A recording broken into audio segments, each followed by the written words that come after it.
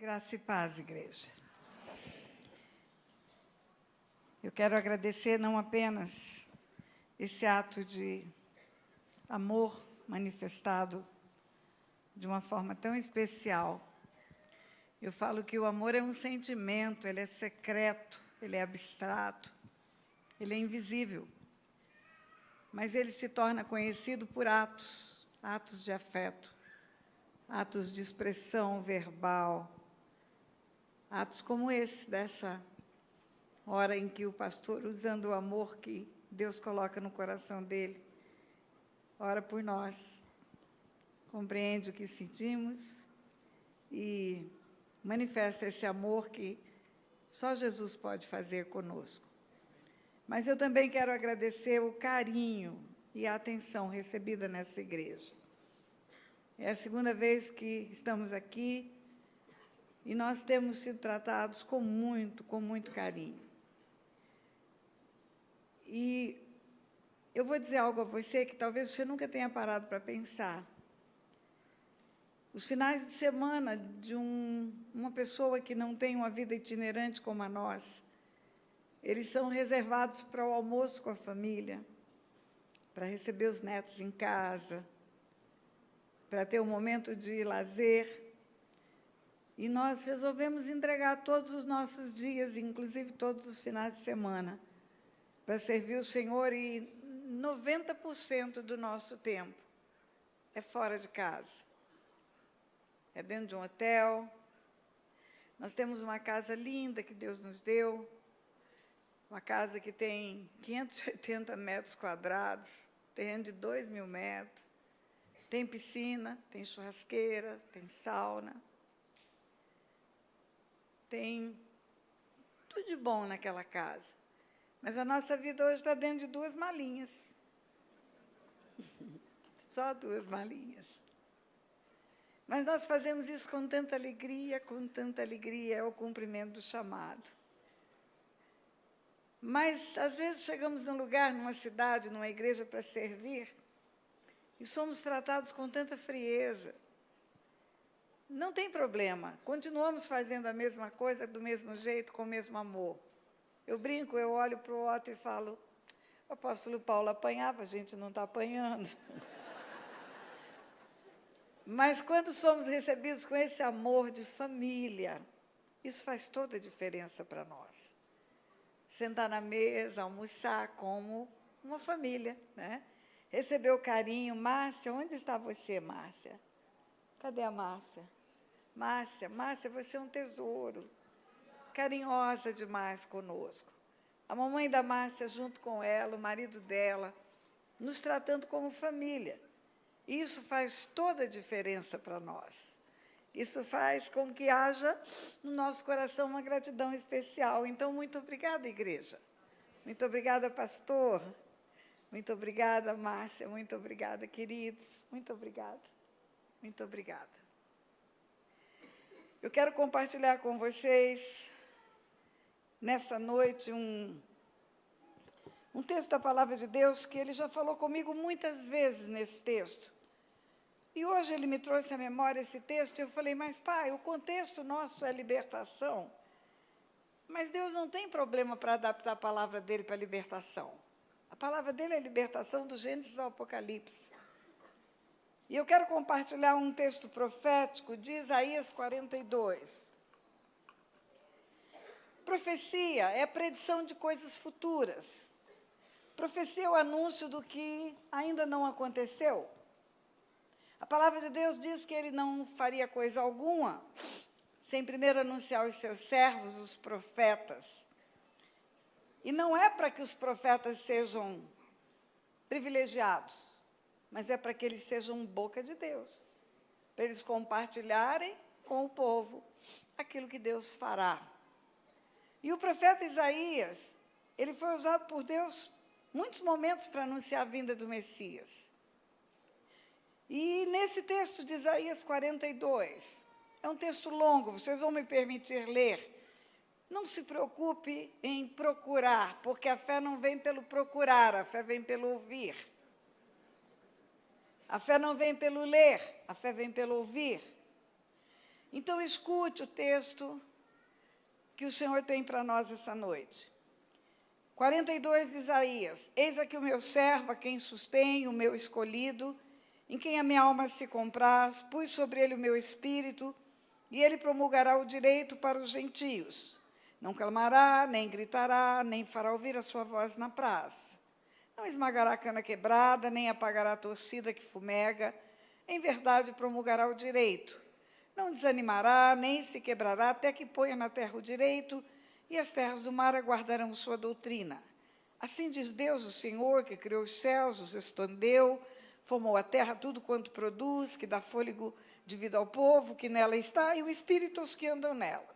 Eu, o Senhor, te chamei em justiça, tomar-te-ei pela mão, te guardarei, te farei mediador da aliança com o povo e luz para os gentios, para abrires os olhos aos cegos, para tirares da prisão o cativo e do cárcere os que jazem em trevas. Eu sou o Senhor, este é o meu nome, a minha glória, pois, não a darei a outrem, nem a minha honra às imagens de escultura. Versículo 9. Eis que as primeiras predições já se cumpriram, e novas coisas eu vos anuncio, e antes que suceda eu vos farei ouvir. Cantai ao Senhor um cântico novo, e o seu louvor até as extremidades da terra, vós, os que navegais pelo mar e tudo quanto há nele, vós, terras do mar e seus moradores. Alcem a voz o deserto, as suas cidades, as aldeias, habitadas por Quedar, exultem os que habitam nas rochas e clamem do cimo dos montes. Deem honra ao Senhor e anunciem a sua glória nas terras do mar. O Senhor sairá como um valente, despertará o seu zelo como homem de guerra. Clamará, lançará forte grito de guerra e mostrará a sua força contra os seus inimigos. Por muito tempo me calei, estive em silêncio e me contive, mas agora darei gritos como a parturiente, ao mesmo tempo ofegarei, estarei esbaforido. Os montes e os outeiros devastarei, toda a sua erva farei secar, tornarei os rios em terra firme, secarei os lagos, guiarei os cegos por um caminho que não conhecem, fá-los-ei andar por veredas desconhecidas, tornarei as trevas em luz perante eles, e os caminhos escabrosos planos. Essas coisas lhes farei e jamais os desampararei. Tornarão atrás e confundir-se-ão de vergonha os que confiam em imagem de escultura, e as imagens de fundição dizem, vós sois nossos deuses. A primeira vez que eu li essa profecia, e eu sabia que tratava-se do anúncio da vinda do Messias. Eis aí o meu servo, a quem sustém, o meu escolhido, em quem minha alma se compraz, pus sobre ele o meu espírito, e ele promulgará o direito, promulgará a lei. Eu sabia que era sobre a vinda do Messias, mas eu olhava para essa profecia e eu via uma contradição nela. Porque nos versículos 2, 3, 4, não clamará, não gritará, não fará ouvir a sua voz na praça, não esmagará a cana quebrada, não apagará a torcida que fumega, não desanimará. Parece que não é a mesma pessoa que fala o versículo 13. O Senhor sairá como um valente, despertará o seu zelo como homem de guerra, clamará, lançará forte grito de guerra e mostrará sua força contra os seus inimigos. Versículo 2, não clamará, não gritará. Versículo 13, clamará, lançará forte grito de guerra. E eu entendi que Isaías estava falando das duas vindas. Isaías, que viveu 700 anos antes de Jesus, que não viu a primeira vinda como nós vimos. Ele já estava nessa profecia anunciando a primeira e a segunda vinda. E eu entendi que a parte não gritará, não clamará, não esmagará a cana quebrada, não apagará a torcida que fumega. Isaías estava anunciando a vinda em que Jesus veio como uma ovelha muda diante dos seus tosqueadores. Ele vem para cumprir o texto profético do próprio Isaías, ser moído pelas nossas transgressões. Ser moído, apanhar, ir para a cruz, ser arrebentado. Não gritará, não esmagará a cana quebrada, não apagará a torcida que fumega, ele vem manso. Queridos, eu bati os olhos nos textos bíblicos que falam dos momentos que antecedem a cruz. E eu bati os olhos como juiz. À vista das leis daquele tempo, o abuso de autoridade foi total. Jesus foi preso à noite no Getsêmani. Por isso os soldados tinham tochas, porque era noite. Mas pela lei não podia prender ninguém à noite. Havia um horário que terminava com o pôr do sol para poder capturar um preso. Ele foi preso ao arbítrio da lei. Outra coisa, um preso é levado para o lugar público de levar presos. A fortaleza de Antônia, lá onde estaria Pilatos, é o lugar onde deveria ser levado. Mas ele foi levado para a casa do sumo sacerdote. E na casa do sumo sacerdote, ele passou a noite toda sendo torturado psicologicamente e fisicamente. Ele chegou a ser esbofeteado no rosto por um empregado do sumo sacerdote. Ele foi humilhado numa casa durante a noite toda. O nome disso é tortura. Só quando o dia amanheceu, só quando o sol nasceu, ele foi levado a Pilatos. E chegando lá, Pilatos viu que aquele assunto era religioso, porque os fariseus estavam tremendamente incomodados com aquilo que ele dizia ser o rei dos judeus, o filho de Deus. Para os religiosos isso era uma blasfêmia. E os religiosos estavam tão incomodados porque ele veio contestar todas as práticas religiosas farisaicas. Aqueles homens estavam dentro dos templos anunciando a vinda do Messias. O Messias estava do lado de fora, montado num jumentinho, e eles foram incapazes de reconhecer. Jesus um dia chega numa sinagoga em Nazaré, como era o seu costume, abre o livro do profeta Isaías, lê o texto de Isaías 61, que profeticamente anuncia a unção que viria sobre ele para salvar, curar, libertar. E abre aquele texto e fala, hoje se cumpriu a escritura que acabais de ouvir. Ou seja, eu sou o Messias que profeticamente está anunciado, e aqueles homens quiseram jogar Jesus de um despenhadeiro. Eles não tinham intimidade com Deus, eles tinham conhecimento. Conhecimento é no cérebro, é no intelecto. Intimidade com Deus é no espírito, Deus é espírito, e apenas espiritualmente podemos chegar até Ele. Eu posso estudar inglês, francês, japonês e direito no cérebro. E eu posso estudar teologia no cérebro. Deus, logos, estudo de Deus. E eu posso estudar Deus a minha vida inteira, como eu posso estudar direito a minha vida inteira, e nunca ter sentado diante de Deus com intimidade. Nunca ter ouvido a voz dEle, nunca ter sentido o toque dEle. Assim eram os fariseus. Os fariseus criticavam Jesus por tudo que ele fazia. E ele foi levado para a casa do sumo sacerdote. E ali ele foi humilhado, envergonhado, apanhou. De manhã ele foi para Pilatos. Quando chega lá no lugar onde que pela lei um prisioneiro tinha que ir, Pilatos olha para aqueles religiosos e fala, me parece que esse assunto se refere a vocês. Esse assunto não é um assunto político nem criminoso. Em resumo, esse assunto é religioso. Sabe o que os fariseus respondem para Pilatos? Mas na nossa lei não há permissão para crucificar. Então, eles vão para Pilatos com um prisioneiro com uma ideia já da crucificação. Eles não querem um julgamento, eles não querem ouvir razões e contra-razões. Eles não querem que ninguém se defenda, e eles vão para ter uma sentença de condenação. O nome disso é pré-julgamento em direito. Não dá direito à defesa. Pilatos fala, mas esse homem me parece inocente. Mesmo assim, manda dar 40 chibatadas, como se fosse para satisfazer o coração maldoso daqueles homens. Quem sabe, derramando o sangue dele aqui nas chibatas, esse povo se dá por satisfeito. Mas não se deram. Chega uma hora em que Pilatos faz a inquirição, a tomada de depoimento dele, e ele não responde uma das perguntas, silencia de propósito. Pilatos fala: não me respondes, não sabes que eu tenho autoridade para te libertar ou para te crucificar. Jesus podia dar um sopro e derrubar todo o Império Romano, não só Pilatos.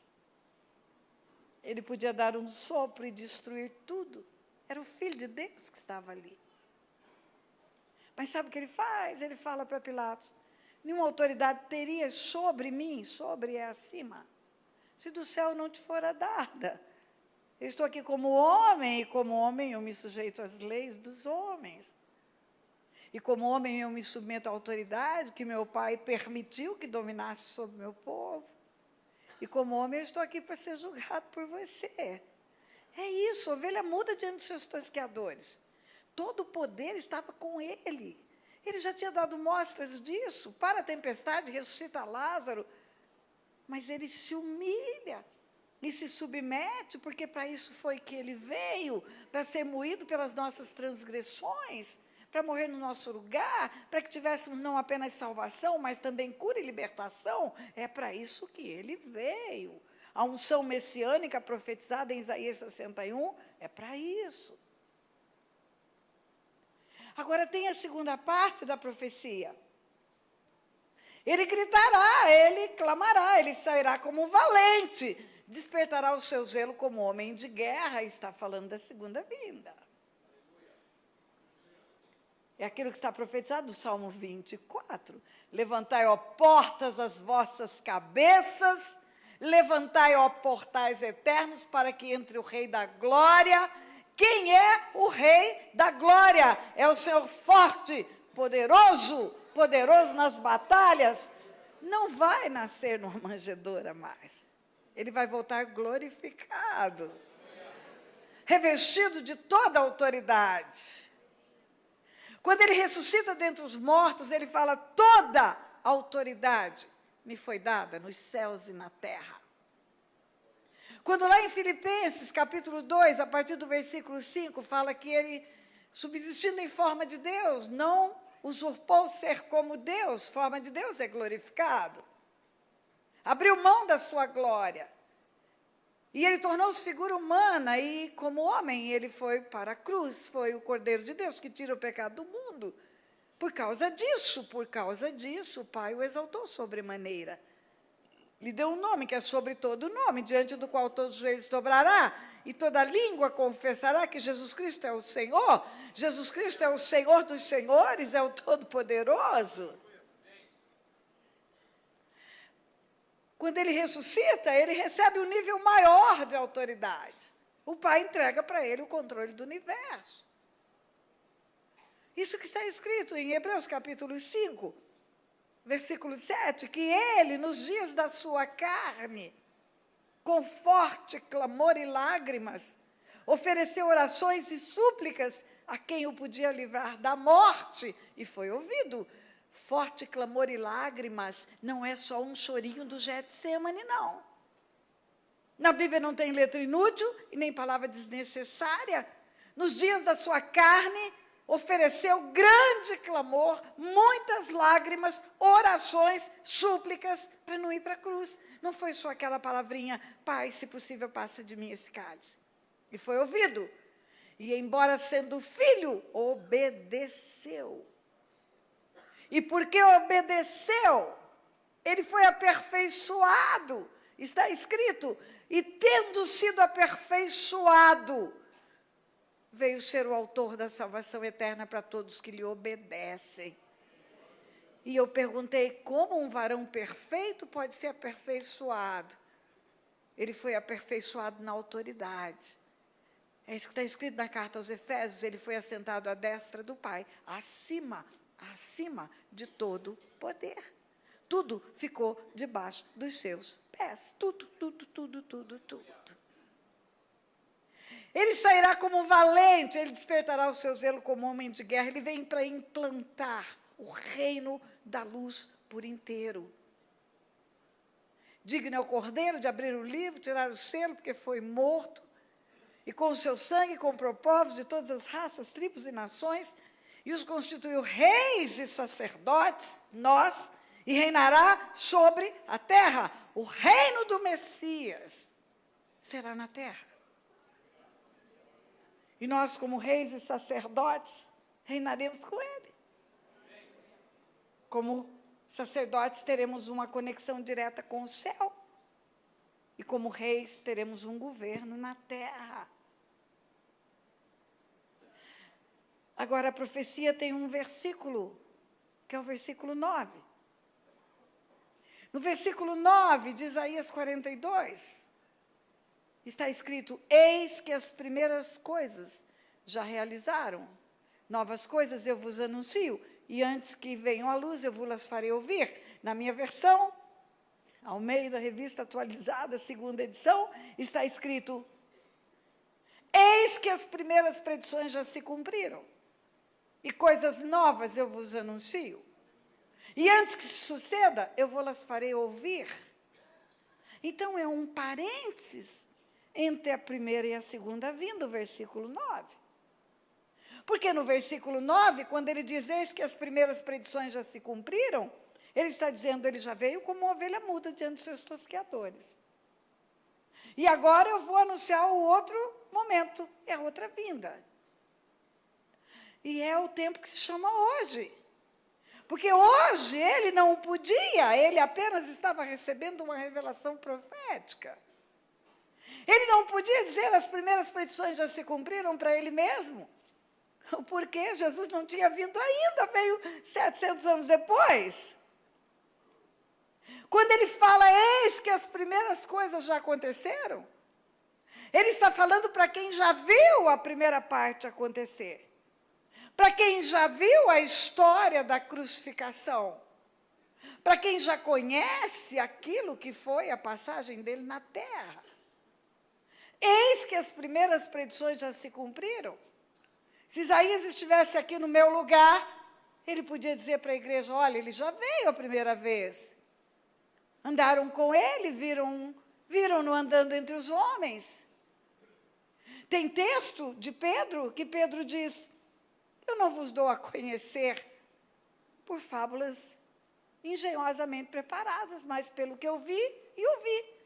Eu estava no Monte da Transfiguração, quando eu vi uma voz do céu dizendo, este é o meu filho amado em quem me comprazo. Nós vimos e ouvimos. Eles já viram, ele já veio. Já ouviram Jesus falar, não se turbe o vosso coração, na casa do meu pai há muitas moradas. Eu vou preparar lugar. Já viram Jesus subir com os anjos dizendo, varões galileus, do jeito que estão vendo ele subir, ele vai descer. Já viram. Era como se Isaías estivesse aqui dizendo, ó, já aconteceu tudo isso. Ele já veio, já nasceu lá em Belém. Agora eu anuncio que ele vai voltar. Isaías não viu isso. Então, por que tem esse texto 9? Eis que as primeiras predições já se cumpriram, e coisas novas eu vos anuncio, e antes que suceda eu vos farei ouvir. É para o tempo que se chama hoje, é para o tempo da igreja. A igreja nasce na cruz do Calvário. Hoje de manhã nós fizemos uma cena aqui, mostrando uma alegoria da criação do homem e da mulher. E veio um casal aqui à frente, deu um abraço, e eu disse que Deus formou o homem, à sua imagem e semelhança, macho e fêmea os formou, os abençoou e deu a eles o nome de Adão, e aí Deus repartiu. Fez cair pesado sono sobre Adão, obrigada, querida, Deus lhe abençoe. Fez cair pesado sono sobre Adão, abriu o seu peito, tirou uma paca, levou e trouxe uma esposa. Sabe por que Deus não fez 2 bonecos? Sabe por que ele não fez um boneco que seria macho e um boneco que seria fêmea? Porque ele fez um só. E porque ele abriu o peito e tirou uma parte de dentro e devolveu para trazer uma esposa, porque ele estava fazendo um ato profético. Ele estava dizendo, um dia eu vou colocar o meu filho numa cruz, vou abrir o seu peito e vou tirar uma esposa lá de dentro. Essa esposa é a igreja. As primeiras predições já se cumpriram. A cruz já aconteceu. A igreja já foi comprada, ela já saiu de dentro do peito.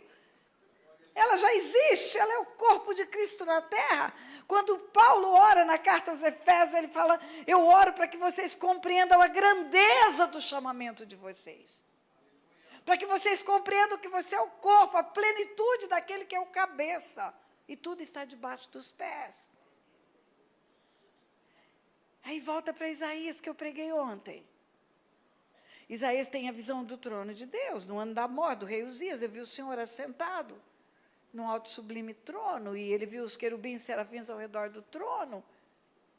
E ele convenceu-se do pecado, ai de mim, sou um homem de lábios impuros e habito no meio de um povo de impuros lábios, e os meus olhos viram o rei. Ele caiu em si, ele arrependeu-se, ele convenceu-se da sua sujidade, e Deus imediatamente resolveu. Tira a raiz de iniquidade, arranca a raiz de iniquidade e perdoa o pecado.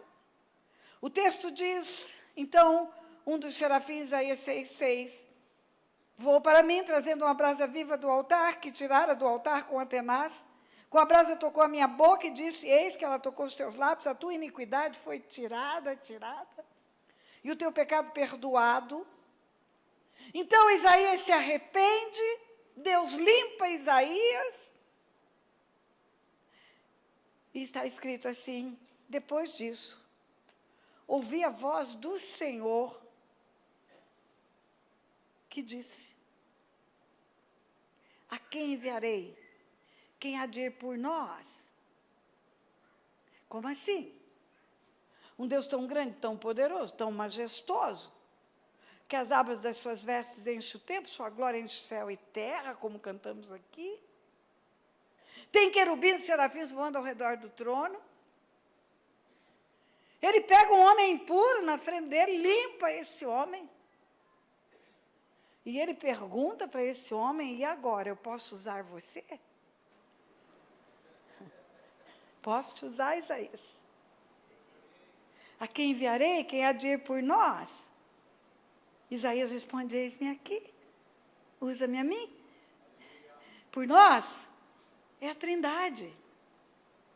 Pai, Filho e Espírito Santo, perguntando para Isaías, você pode ser usado por nós? Agora que você está limpo, Isaías, você permite que usemos a sua vida? É isso, é isso. Desde que eu cheguei aqui, eu falei para você que a terra é dos homens. Para domínio, é propriedade do Rei dos Reis, do Senhor dos Senhores. Mas é domínio dos homens. Os céus são os céus do Senhor, mas a terra deu ele aos filhos dos homens. E desde o começo eu estou dizendo para você que tem uma lei espiritual, que um espírito sem um corpo é ilegal na terra. E eu disse algumas vezes que Deus não trabalha como um fantasma, Ele trabalha através do corpo. O Espírito Santo incorpora a igreja. Cantamos hoje, casa, eu sou casa, pode vir. E aí eu quero dizer para você algo nessa noite. Foi Joe, sabe o que é Joe? De outro mundo. Foi Joe o tema que Deus deu para o seu líder, para o pastor dessa igreja. Livres para frutificar. Depois que o Senhor te limpa, Ele arranca a raiz de iniquidade, Ele perdoa o pecado. Ele pergunta para você, e agora? Você pode ser usado por mim? Você quer me ajudar nesse projeto de implantar o reino até a vinda daquele que vai reinar? Você quer me ajudar nisso? Queridos, Deus não trabalha na terra como um fantasma. Ele trabalha pela instrumentalidade de um corpo. Esse corpo é a sua igreja. Eu quero trazer à sua memória textos que nos ensinam com uma forma tão clara isso, lá no livro de Atos. Quero trazer à sua memória, o evangelho estava bombando, todo mundo se convertendo, mesmo debaixo de perseguição. E Deus dá um comando para o jovem Filipe. Ele fala para Filipe, vai para a estrada que liga Jerusalém a Gaza. E Filipe vai. Era um lugar deserto, uma estrada sem movimento. Estamos falando de 2000 anos atrás, poeirenta. E Filipe vai, tem um comando de Deus para ir para a estrada que liga Jerusalém a Gaza. E não demora, aparece uma carruagem. Nessa carruagem tem um homem etíope. Esse homem é um político, um funcionário da rainha da Etiópia. E esse homem está lendo o livro do profeta Isaías. E está lendo o texto da morte, do sacrifício. Ele foi moído pelas nossas transgressões. O castigo que nos traz a paz estava sobre ele, um pergaminho, certamente, de papiro ou de couro. E aquele homem está na carruagem, está lendo ali alguma coisa. E tem um rapaz que está em pé, a pé, na beira da estrada. E aí o Espírito fala para o rapaz que ele foi para lá para isso. E ele corre do lado da carruagem.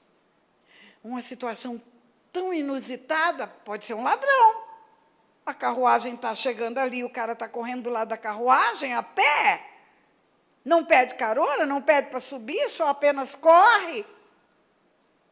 Aí o eunuco vê aquilo ali, acha estranho, com certeza, eu acharia. E Filipe pergunta para ele, o que você está lendo? O eunuco fala. A carruagem está rodando, Filipe está a pé, comendo poeira do lado da carruagem. Quando o eunuco fala, ele pergunta, e você entende o que você está lendo? O eunuco fala, não. Ele fala, eu posso explicar. Naquela hora a carruagem para. O eunuco permite que Filipe suba na carruagem, já comeu poeira. Filipe explica, olha, isso é o texto profético da vinda do Messias. Você está vindo de Jerusalém, não houve um sacrifício, não houve uma crucificação? É o Messias, ele veio. E ele disse, quem crê e for batizado será salvo. Quem não crê será condenado. E o eunuco falou, eu creio, eu quero ser batizado. E Filipe falou, ok, vamos batizar agora. E tá, batiza o eunuco na estrada, no meio do caminho. Mas não fez curso de batismo? Não. É pabufe. Depois que Filipe batiza o eunuco, Deus arrebata Filipe. Já está cansado, já comeu poeira, já andou a pé para chegar lá, agora Deus arrebata Filipe. Presta atenção. Arrebatar é Joe, é de outro mundo. Isso Deus faz, mas pregar o evangelho Deus não faz. Como crerão, se não há quem pregue? Vou lembrar para você outra história. O rapaz era bom que só, Saulo de Tarso. Saulo de Tarso era zeloso, defensor do judaísmo, perseguidor do cristianismo. Para ele era seita e tinha que todo mundo para a cadeia e morrer. Esse negócio de Jesus é um doido que apareceu aí, e nós temos que acabar com esse povo. E Saulo de Tarso está servindo Roma, está servindo o judaísmo, e está fazendo horrores com os cristãos. Ele é zeloso, ele está certo que ele está certo. Está cheio de gente que está errado, está certo que está certo. Mas ele era tão bom, ele era tão bom, ele era tão bom, que eu acho que Deus olhou para ele e falou, esse cara é bom, eu vou botar ele no time certo. Ele é o apóstolo tardio, ele estava indo para Damasco com cartas para fazer horrores com os cristãos. E Jesus, já glorificado, aparece para ele, Saulo, Saulo, por que me persegues? Dura coisa recalcitrares contra os aguilhões. Quem és tu? Eu sou Jesus a quem tu persegues, mas levanta-te, porque para isso te apareci, para te constituir ministro, para arrancar as pessoas das trevas para a luz. do poder de Satanás para o poder de Deus. Agora tem um pequeno probleminha, uma luz mais resplandecente que o sol cega qualquer homem. Ele está cego. Ele via com os olhos e era cego espiritualmente. Quando ele se encontra com Jesus, ele fica cego dos olhos e passa a ver espiritualmente. Agora, eu encrenco com um cara cego, como é que ele vai pregar por todos os lugares? Ele chega em Damasco cego, e ele vai orar. Ele está orando, ele está desesperado porque ele está cego. E ele tem uma visão quando ele está orando. Visão espiritual, porque ele está cego. Ele vê um homem chamado Ananias chegar até ele e orar por ele, e ele enxergar. É um homem chamado Ananias. Certamente ele viu uma figura que chegou e falou para ele: olha, Saulo, eu sou Ananias, e eu vim aqui orar por você. Eu sou Ananias. E o Ananias existe. O Ananias mora em Damasco, o Ananias está em outra casa, em outra rua. Saulo está na rua que se chama direita, ele está cego, ele está hospedado na casa de um amigo dele. O amigo chama Judas, não é o Iscariote, porque já suicidou. E o Ananias existe, Deus chega para o Ananias, dá uma visão para o Ananias e fala: Ananias, sabe Saulo de Tarso? Claro, Senhor. Claro, é o nosso perseguidor. Então, ele está lá na rua que se chama direita, e ele está orando, e ele viu alguém chamado Ananias orar por ele. Que tal, Ananias, você ir lá orar por ele? Eu acho que Ananias deu um pulo para trás. Eu, Senhor, não é ele que está vindo aqui para nos destruir? O Senhor falou: mas, toda vez que tem mais na Bíblia, abre o olho. Mas, ele é um vaso escolhido por mim. Importa que ele sofra por amor ao meu nome. Ele é um vaso escolhido por mim, importa que ele sofra por amor ao meu nome. Nessa hora eu acho que Ananias pensou: o cabra vai sofrer, então eu vou lá.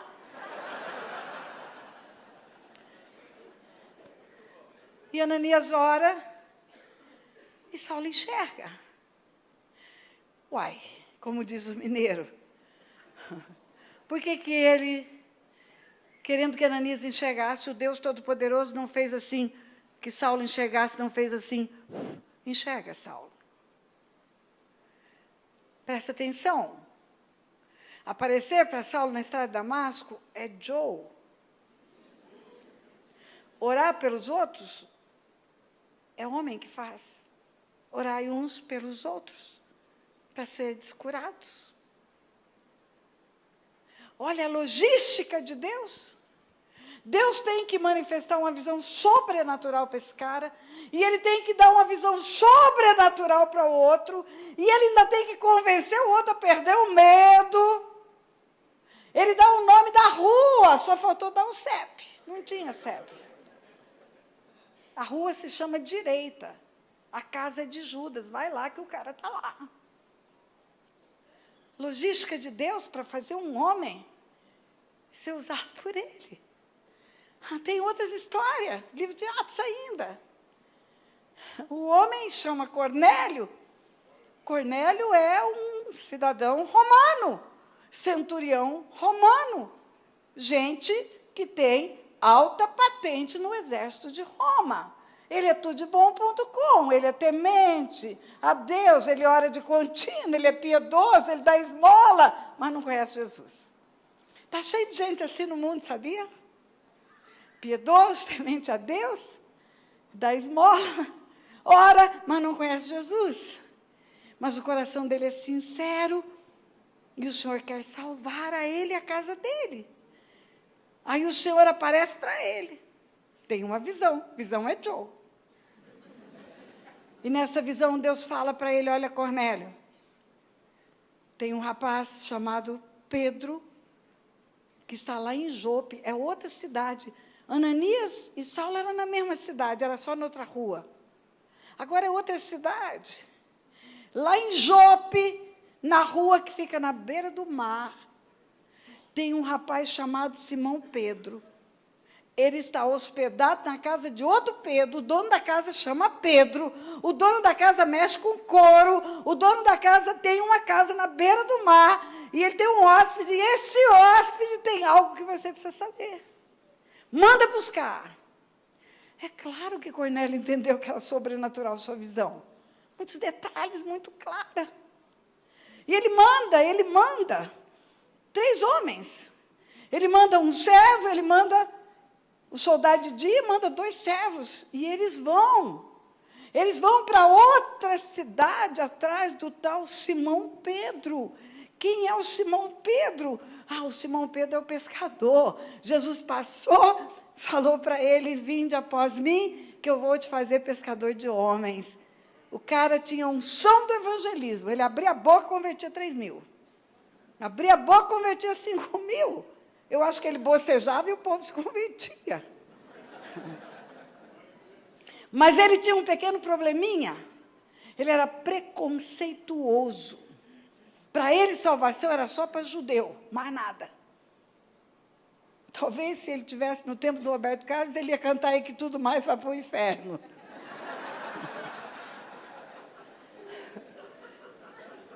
Mas Jesus morreu para comprar povos de todas as raças, tribos e nações. Aí, o que Deus tem que fazer? Tem que quebrar esse preconceito de Pedro, porque o povo já está no caminho, já está na estrada para vir buscar Pedro, para Pedro pregar para Cornélio, para a casa de Cornélio se converter.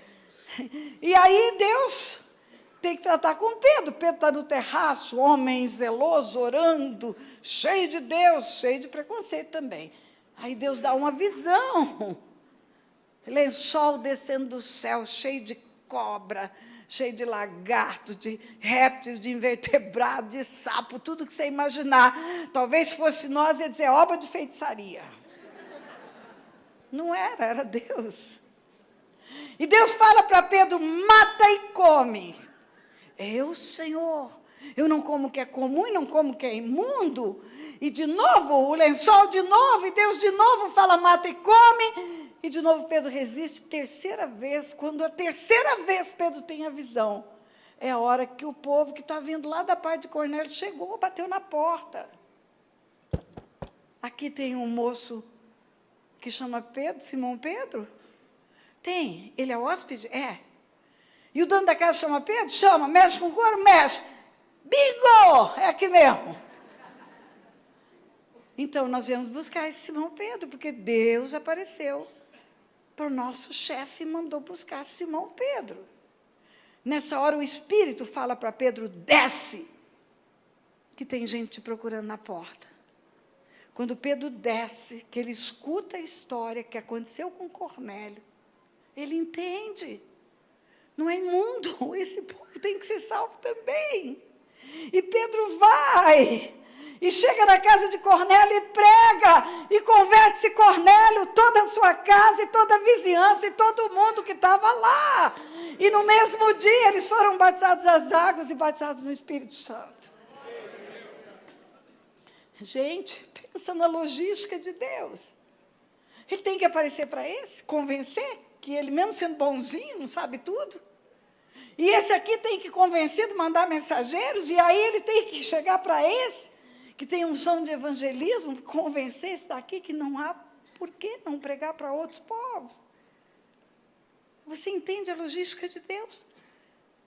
Aparecer para um, aparecer para outro, mostrar lençol descendo do céu, isso tudo é Joe. Mas pregar não é. Pregar é uma tarefa do corpo de Cristo. Como crerão não a quem pregue.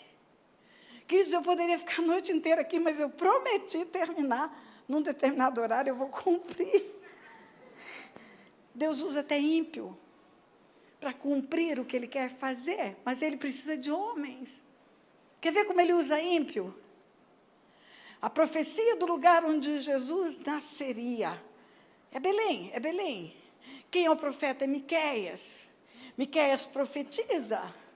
E tu, Belém Efrata, pequenina demais para figurar dentre as milhares de Judá, de ti há de nascer o que há de reinar sobre Israel, que tem as suas origens desde os tempos eternos. Miqueias 5:2, a profecia do lugar é Belém, Belém de Judá. Vai nascer o Messias, vai nascer o rei de Israel, aquele que há de reinar sobre Israel, aquele que tem suas origens desde os tempos eternos. E ele entendeu que era o Messias, porque mesmo os reis não nascendo em cidades pequenas, e Belém é pequena demais, mas está escrito lá, aquele que tem suas origens desde os tempos eternos. Então é o alfa e o ômega. Se é o alfa e o ômega, se é o princípio e o fim, é o Messias. É o Messias. Miqueias escreve a profecia. Vai nascer aonde? Em Belém, na Judéia. Aonde? Em Belém, na Judéia. Mas o anjo aparece para uma virgem desposada de José, da casa de Davi, em Nazaré, na Galileia. O anjo chega para a virgem e fala, vai descer sobre você o Espírito Santo, o poder do Altíssimo vai te envolver. Ou seja, alegra-te muito favorecida, é do seu ventre que vem o Messias. E onde está essa mulher? Essa mulher não está em Belém. Essa mulher está em Nazaré. É outra cidade, no outro estado, noutra província. Mas a profecia fala que vai ser em Belém. Ah, mas ela é desposada de José, da casa de Davi. O anjo aparece para uma virgem desposada de José, da casa de Davi. E o que tem José a ver com isso? O que tem? Quando a barriga está para arrebentar, para nascer a criança, no fim da gravidez, um ímpio chamado César Augusto, tem uma ideia. Vou fazer um recenseamento. Vou obrigar cada um a ir para a sua cidade de origem. Faz um decreto, e nesse decreto obriga que alguém que é de Belém tem que ir para Belém para recensear. E José é de Belém. E José sabe que a barriga que ele está cuidando é a barriga que abriga o Messias. Porque o anjo falou para ele, não a deixe, porque o que dela está gerado é do Espírito Santo. Você vai dar o nome de Jesus. José tem que ir recensear. As mulheres não se recenseavam. Meu Deus, perdão. Mas José tem que ir. E ele não vai deixar a barriga para trás. E aí, sabe o que acontece? José pega a barriga e leva a barriga para Belém. E a criança nasce no lugar da profecia. Eu estou querendo dizer para você que até para cumprir profecia, ele precisa de homens. Ele precisa de um corpo. Ele não trabalha como um fantasma na terra. Ele trabalha pela instrumentalidade de pessoas. Como crerão senão a quem pregue? Se você não orar, como ele vai responder a oração? Se você não agir, se você não se movimentar, se você não produzir frutos, não vai acontecer nada. Deus não vai agir como um fantasma. E a gentileza dele é perguntar para Isaías. Isaías, a quem enviarei, quem há de ir por nós? Eu posso contar com você. Eu posso te usar. Agora que você está limpo, Isaías. Eis que as primeiras predições já se cumpriram. Jesus já veio. Já morreu na cruz. Já nos salvou, nos libertou. Podemos nos reunir como igreja, cantar, adorar, glorificar. Que maravilha! É orquestra, é coral, é reunião, é encontros, retiros. Mas tem um povo morrendo lá fora. Tem um povo indo para o abismo, vocês jovens. Tem gente na universidade morrendo do seu lado. Como crerão senão a quem pregue? Tem gente suicidando no seu condomínio. Tem pessoas indo a passos largos para o inferno. A Bíblia diz que os anjos gostariam de pregar. Os anjos gostariam de pregar, mas Deus deu aos homens essa honra de serem partícipes da implantação do reino. Como numa corrida de revezamento, tem um bastão sendo passado de geração em geração. Eu falo que o bastão que nós temos nas mãos hoje, ele está sujo de sangue. E não é só do sangue de Jesus, ele está sujo do sangue de homens e mulheres que morreram para pregar o Evangelho, que deram uma vida para isso. Eu comecei falando da carta aos Efésios para você. A carta aos Efésios é um manual de guerra, ensina a batalha, ensina você a fazer trevas recuarem e a luz prosperar, ensina você a se desvencilhar das trevas.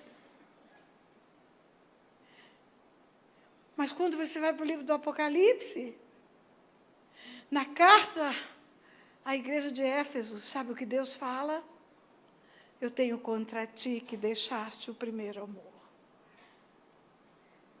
Eu tenho contra ti que deixaste o primeiro amor. Olha, queridos, só um grande amor pelas almas perdidas que vai nos fazer produzir frutos. Só um grande amor pelas almas perdidas. Jesus deixou um mandamento novo. Tem 10 que vale para todo mundo. Mas tem um novo mandamento vos dou. Que vos ameis uns aos outros como eu vos amei. E nisso conhecerão todos que sois meus discípulos. O discípulo de Jesus tem que amar o mundo como ele amou. Nós não temos que amar só a igreja. Nós temos que amar o perdido, o pecador. Aquele que ainda está preso no império das trevas. Aquele que ainda não entregou-se para Jesus tem que ser o alvo maior nosso. O nosso maior objetivo tem que ser isto. E de pregar o Evangelho a toda criatura. Quem crê e for batizado será salvo, quem não crê será condenado. É esse o chamado de Deus para frutificar. Produza frutos, produza frutos. Produza frutos, não se dê por satisfeito de terminar um ano da sua vida sem ganhar muitas almas para Jesus. Não se dê por satisfeito de terminar mais um ano na sua vida sem curar, sem orar por cura, sem ajudar a libertação de famílias, sem trabalhar em restauração e reconciliação. Porque as primeiras predições já se cumpriram, já está vindo ele de volta. E quando ele vier, o que vai ter para apresentar para ele? Eu estou expert em reuniões, eu estou expert em encontros, eu estou expert em coral, eu estou expert em orquestra. E quantas vidas ganhou? Quantas vidas ganhou? Quantas vidas ganhou? Tudo isso é maravilhoso, faz parte do que nós temos como adoração, mas isso não é o foco maior que devemos ter na nossa vida. O nosso foco é fazer o que Jesus fazia. Ele estava indo de aldeia em aldeia, de cidade em cidade, pregando e anunciando o Evangelho do Reino, libertando cativos e oprimidos do diabo. Um dia João estava preso e ia ser decapitado. E João tem dúvida se ele é o Messias, tem dúvida. Manda mensageiros perguntar, és tu que havia de vir ou havemos de esperar outro? Por que ele tinha dúvida? Se ele viu o céu abrir e dizer, esse é o meu filho amado em quem me comprazo. Se ele mesmo disse, eu não sou digno nem de atar as sandálias dele. Se ele mesmo disse, ele é maior, importa que ele cresça, que eu diminua. Por que ele teve dúvidas que era o Messias? Porque ele estava na cadeia. Porque pregar o Evangelho ia resultar na morte dele. Ele é um mártir do cristianismo. Ele tem dúvidas. E ele manda mensageiros a Jesus perguntar, és tu que havia de vir ou havemos de esperar outro? A Bíblia diz, na mesma hora, Jesus curou enfermos, libertou cativos. Pregou o Evangelho e falou, vai e fala para João o que vocês estão vendo. pessoas estão sendo salvas, libertas, curadas. Então, eu sou o Messias. Porque o Espírito de Deus vem sobre nós para isso. É para isso. Vocês estão limpos pela palavra. E Deus limpa para que produzam frutos. Eu vou fazer a pergunta. E só você pode responder. Me fazem perguntas. Pastora, a senhora tem 71 anos? Tenho. Não parece. Eu falo, eu não tenho tempo para ficar velha, por isso. Não dá tempo. Seu marido tem 80? Tem. Por que não parece? Porque também não tem tempo para ficar velho. Tem muita coisa para fazer. Tem um reino para implantar. Tem vidas para libertar. Tem homens para salvar.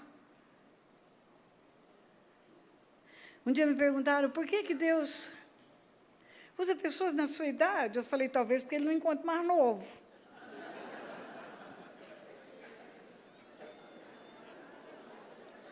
Um dia eu fui ministrar num evento de adolescentes. Me chamam para falar para adolescente. E o adolescente é a natureza irreverente, faz parte. Eu estava com quase 70. E ele falou, quanto? Eu falei, estou. Eu falei, você já viu? Você já voou? Você já andou de avião alguma vez? Você já viu como é que é a marcação para o avião levantar voo? Tem uma linha no chão. Eu estou na linha, no fim da linha para levantar voo. Eu sou um Boeing na mão de Deus.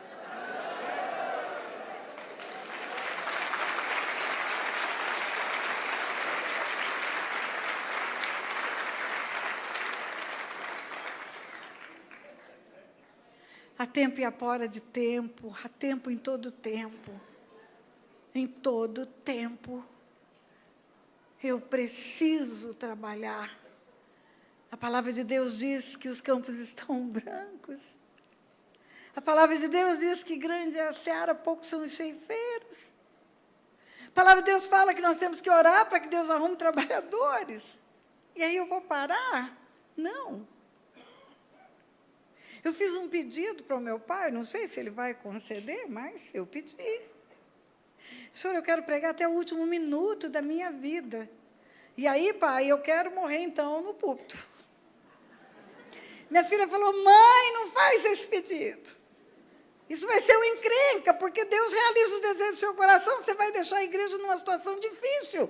Você está morrendo e cai, está pregando e cai, morta. Eu falei, nada, a igreja não vai ter o menor trabalho, eu já vou estar arrumadinha em cima disso. Só deitar.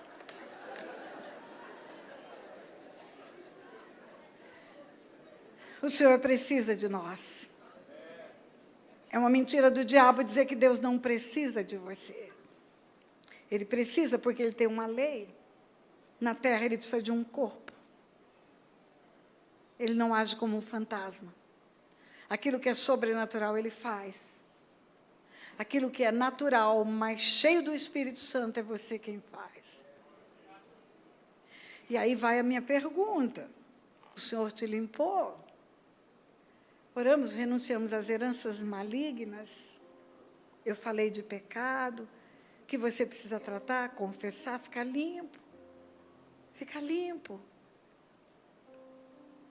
E depois que você está limpo, oramos aqui hoje sobre abortos. Desafiei você para o meu site, aprender mais de libertação. Vai para o Silk, vai para o meu seminário, 5 dias de libertação. Aprofunda-se nesse mistério de libertação. Aí você fica limpinho. E aí Deus fala, ok, você está limpo. E agora, a quem enviarei, quem há de ir por nós? Dizem o Pai, o Filho e o Espírito Santo. Quem há de ir por nós? O que você responde? Você responde aquelas desculpas que nós vimos aqui no vídeo?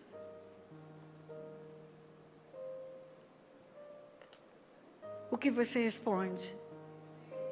Eis-me aqui, usa-me a mim. Envia-me a mim. Envia-me a mim. Mas você respondeu tão timidamente que eu não estou nem acreditando nisso. Fecha os olhos, não sou eu que estou perguntando, é o Senhor. A quem enviarei? Quem há de ir por nós? Diz o Senhor. Eu quero fazer um desafio, exatamente a hora que eu falei que terminaria. Aqueles que estão dispostos a ter um tempo de muitos frutos, fiquem em pé, o pastor dessa igreja vai orar por vocês. É o Senhor que vai orar. E já está com o microfone na mão. Eu terminei a minha parte.